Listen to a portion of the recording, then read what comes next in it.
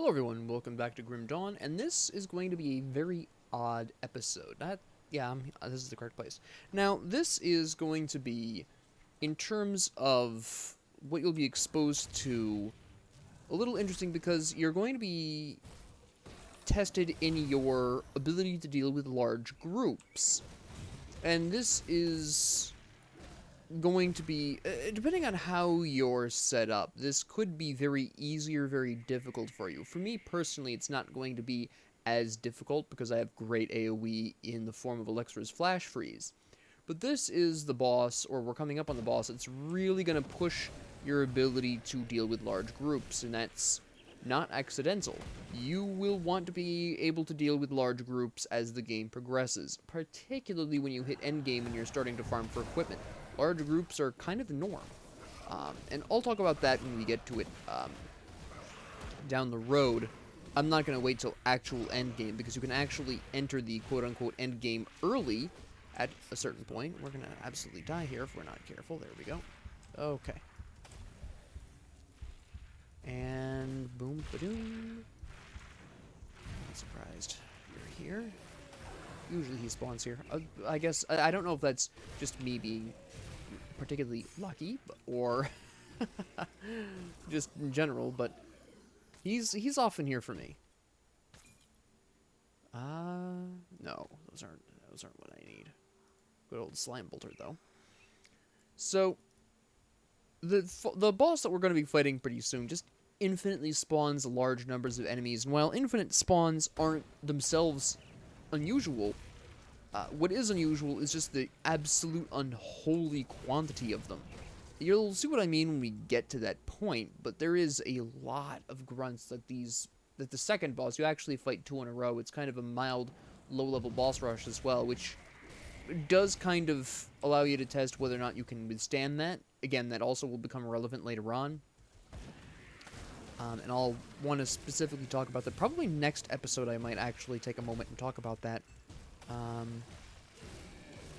Just give you a kind of brief example of what the end game kind of looks like. Although obviously you'll see what I mean.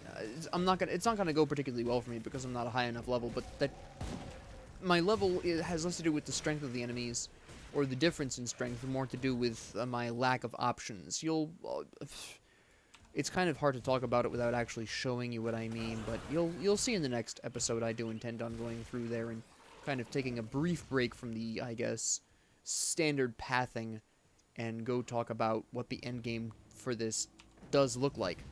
So you at least have that sneak preview. And also when you can theoretically access this, because I've actually been able to access it for quite some time. I just haven't gone there. So it really depends on how you feel, really. Totally up to you. We're going to really quickly go on ahead and increase Trozan's first, though, because I'm going to need that for dealing with the bosses. And then we're going to go on ahead and deal with the first of the two bosses. Now, this is the easier boss to deal with. We're just going to not stand in Aether for 12 years. That would be really great. Thank you. And this is the tough one. He just infinitely spawns random fire zombies. I just died because I didn't have, I would assume, probably the fire resistance, because he does fire damage. What is my fire resistance? That's not what I want. My fire resistance is only 55%. Yeah, that's a large part of why. That's really nice. Let's go on ahead and equip that, because that is a huge boost in protection. I'm sorry, not protections, armor. That's actually really good.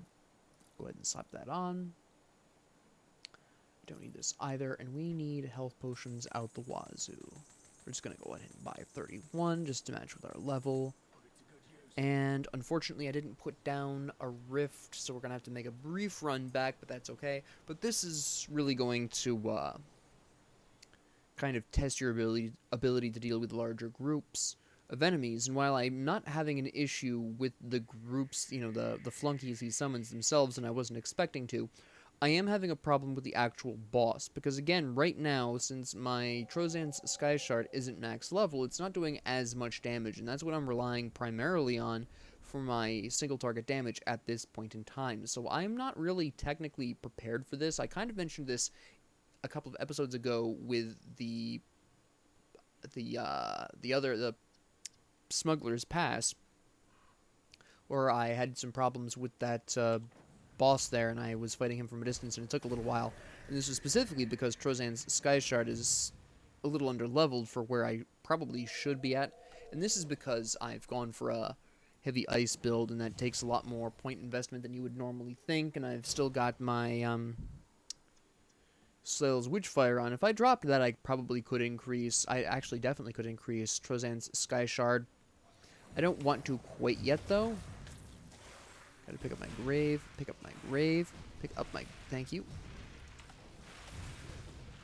So it's not the actual, the grunts that are going to be the issue here. We're gonna put down a rift right here, and then we're gonna not die. Anytime the Constitution would like to work, that'd be great. There we go. That was unusually delayed. Oh, it's because I forgot about your aura.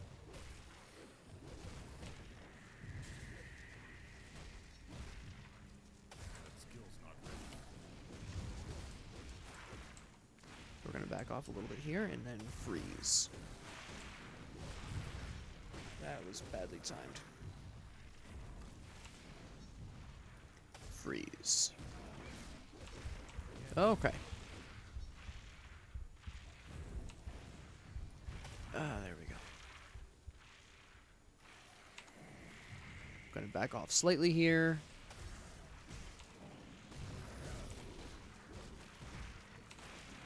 Oh yeah. So, you might be wondering, Professor, why don't you just switch over Slayle's Witchfire? It would be more effective to just go all in. Partially because I want to demonstrate that it's very possible, at least at this stage, to not necessarily have a coordinated build. If you wanted to branch out and experiment with some stuff, you can absolutely do that and still be able to beat bosses. It'll take you a little while longer, as I'm proving here, but that's fine. It doesn't really, it's not that important. If you feel the need, at least at this point, to experiment around a little bit and kind of do some wild and crazy things, that's totally fine. Absolutely 100% go for it. Now we're going to go ahead and pick up these books here for the experience. Then we're going to go on ahead and talk to this guy. Except I'm stuck on the dummy. That's fine. Get some homestead reputation. Accept this quest. And then we're going to go back and talk to Ulgrim. This isn't where I'm supposed to be. This is where I'm supposed to be, Dead Man's Gulch. Here we go. I get Prospector's Pass and Dead Man's Gulch confused all the time. Even after all this time, I have no idea why I have an issue with this. Alright, so they're all rifted over there now, and now we get to collect a surprisingly large amount of experience. And then I want to talk about Homestead as a faction really quick, and then we'll clean up the episode here.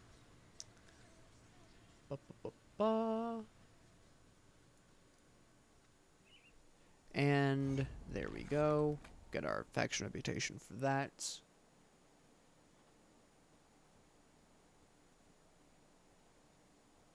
Come up here, talk to him. Come over here, talk to her. I'll skip the play. The Legion is split on two fronts. Alright, so a couple of things I actually want to address very specifically before I end the episode. The first and foremost is that I want to talk about Homestead. Now, again, we've talked about the various factions before, and you'll notice we actually have the Black Legion faction as well. However, you're not going to be doing a ton for them. There is a very specific area where there's a brief series of quests you can do for them to boost your reputation with them in the short term. We'll likely wind up getting respected with them in the near future.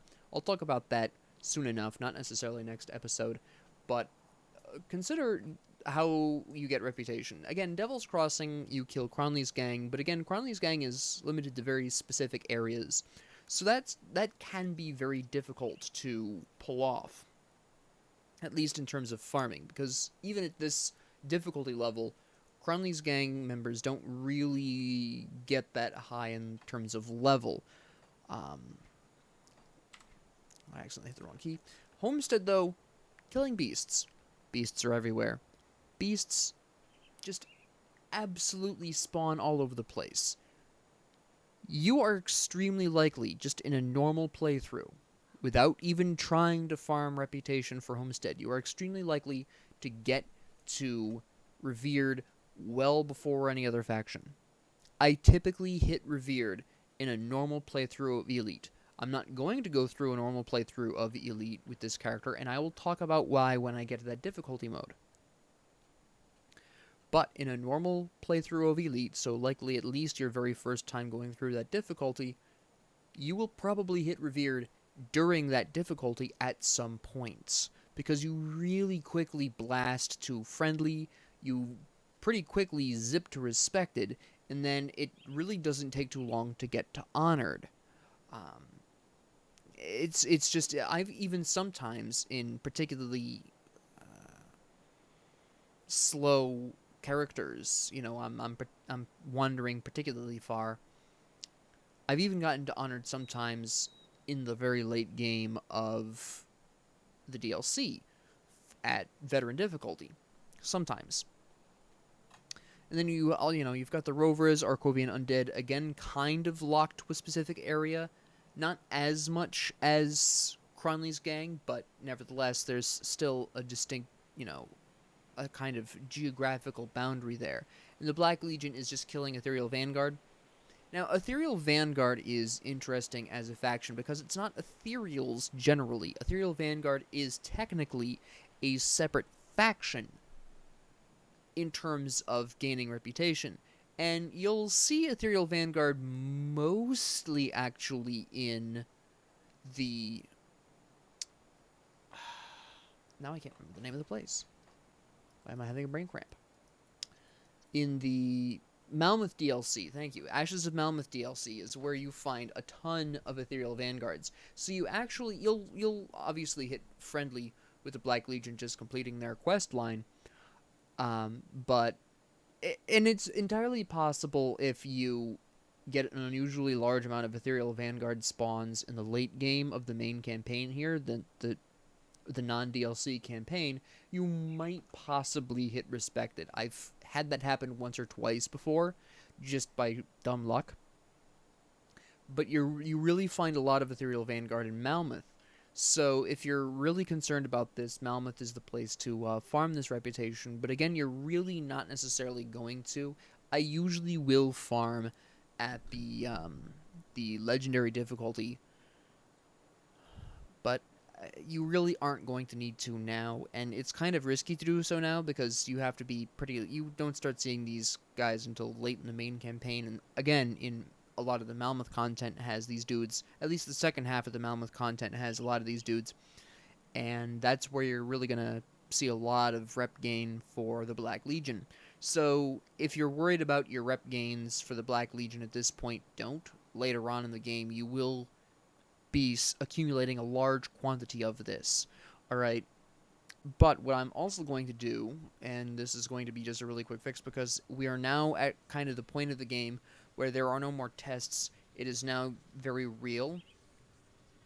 I described Krieg as kind of the end of the kind of tutorial-esque section, and then the game really stops holding your hand at Cronley's gang, but it still tests you. It's not holding your hand, but it's testing you up to Homestead.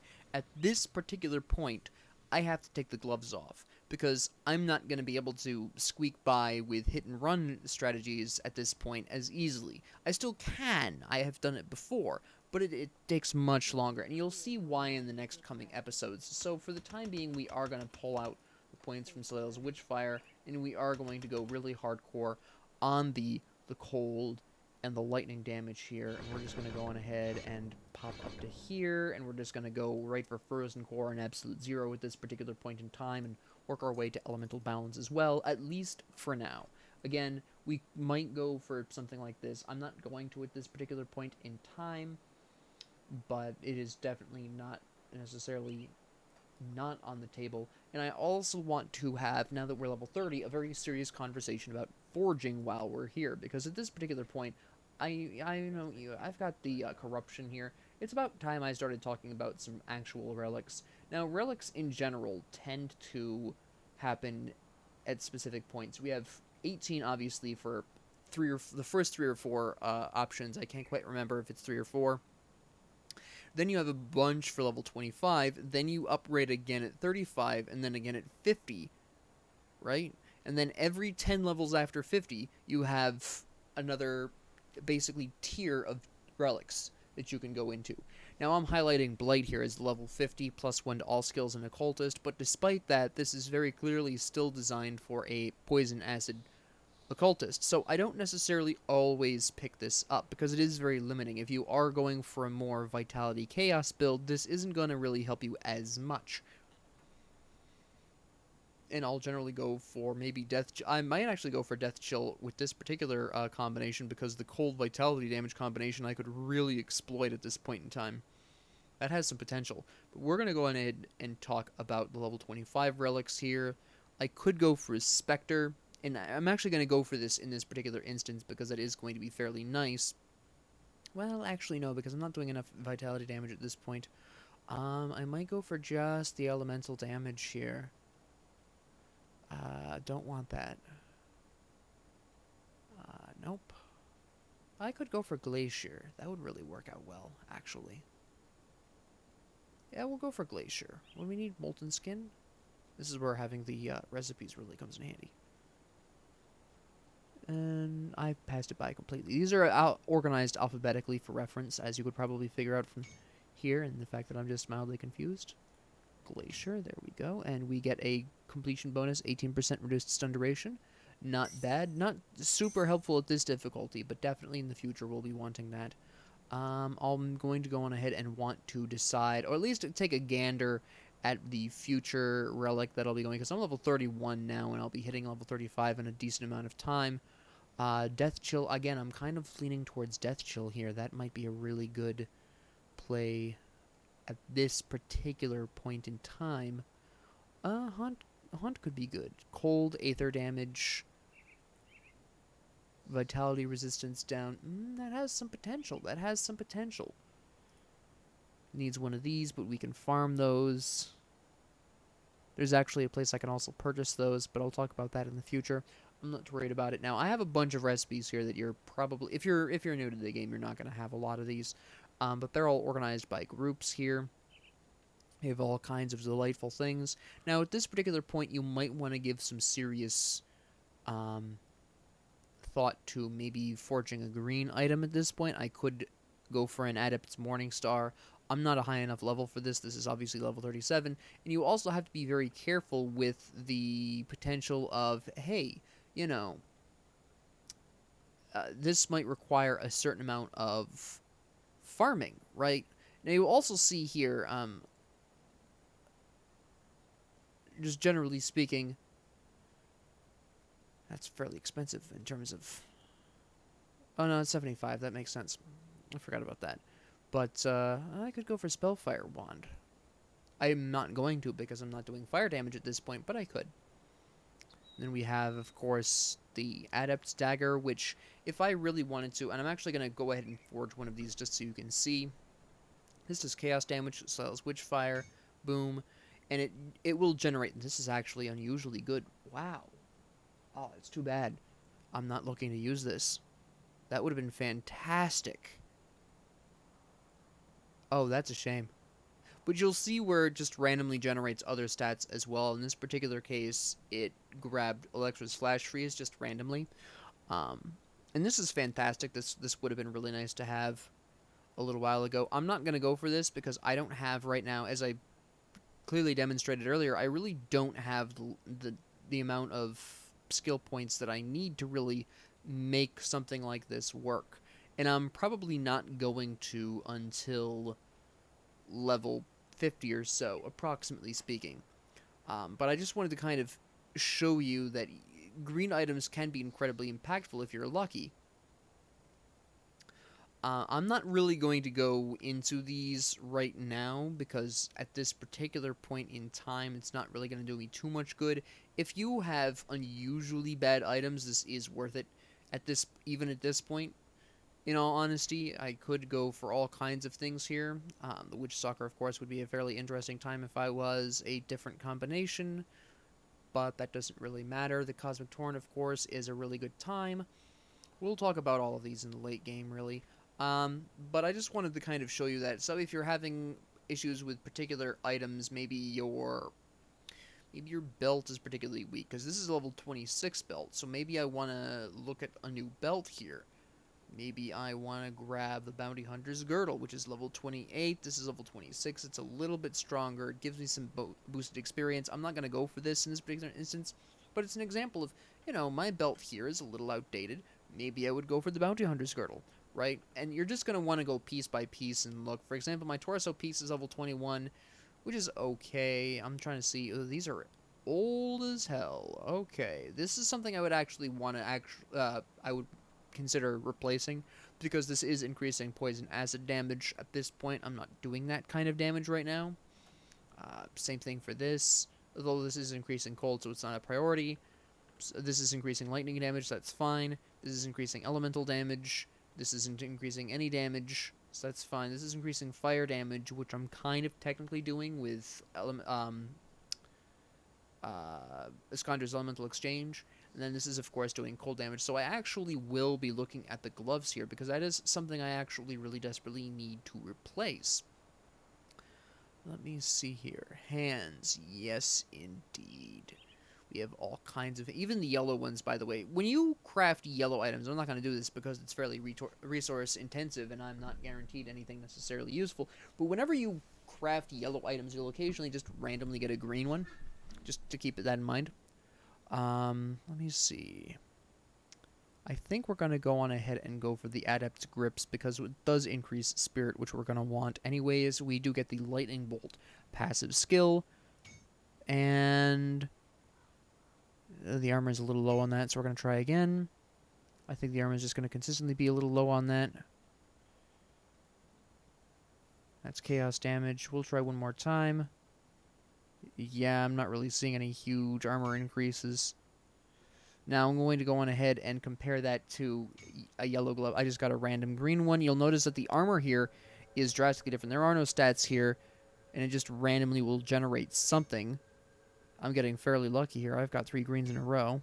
Is it just going to give me greens today? No, there we go. There's a yellow. Okay. I was getting really concerned. I'm like, no one's this lucky. But you'll see here that there's quite a difference in the quality here of the gloves, and now I'm going to get a whole bunch of yellows in a row. And some of these are really great, some of these are not. I might actually... No, we're not going to go for that. We're going to go on ahead and probably stick with... I kind of like that first pair that I made, because that gave me good resistances. Yeah, we're going to go ahead and equip these. There's a little less armor there, but that's fine. And to recoup at least some of my losses there. Sell those. But I just wanted to kind of walk you through that. I'm going to go ahead and sell these because they're not going to matter in the long run. I'll just unequip those. Just so that you at least would have a general idea of, hey, this is how this works. I'm going to want to save that. That's good. So that way you actually... Because I hadn't really dedicated any time talking about forging items and the kind of thought process here. Again, I specifically replaced my gloves because they were outdated. They weren't working with my build at all. Generally speaking, if a piece of equipment does or increases a type of damage that I'm not dealing at that time, I'll replace it. But if it just gives general stats like these gloves here, I'll go ahead and keep it because general stats are very powerful in general. I get cunning, I get spirit, I get a little bit of health, I've got some nice physique up, I've got some good resistances here. My armor went down a little, and I'm sure that's going to hurt me in the coming area because the Demetrians hit really hard, but that pierce resistance is going to come in handy because they do a lot of piercing damage as well, so it kind of counterbalances itself out. It's a good pair of gloves for what I'm going to be going into in the future, but it's not ideal. I'll just put it that way. But just keep this in mind, and you're really not going to, again, in the earlier, the smaller your level, the more often you're going to be cycling through equipment. So before now, it's not really worth it. But you'll notice that I'm getting maybe one level up every rift or so, right? At this particular point, you are starting to slow down in leveling a little bit. In the next coming area, I'll probably get one more level in the next episode, and then I'll get 2 more levels in the episode after that, and I'll go back after that to maybe probably about 1 level an episode for a little while there. But overall, that's going to generally be where that goes. So just kind of keep that in mind. And with that being said, we're going to go ahead and end the episode here. Thank you all very much for joining. If you liked this, please like and subscribe. If you didn't, please ignore me. And if you have any comments, questions, concerns, ideas, suggestions, or requests, please leave them down in the comment section below. And thank you all very much for joining me, and have a great 24 hours.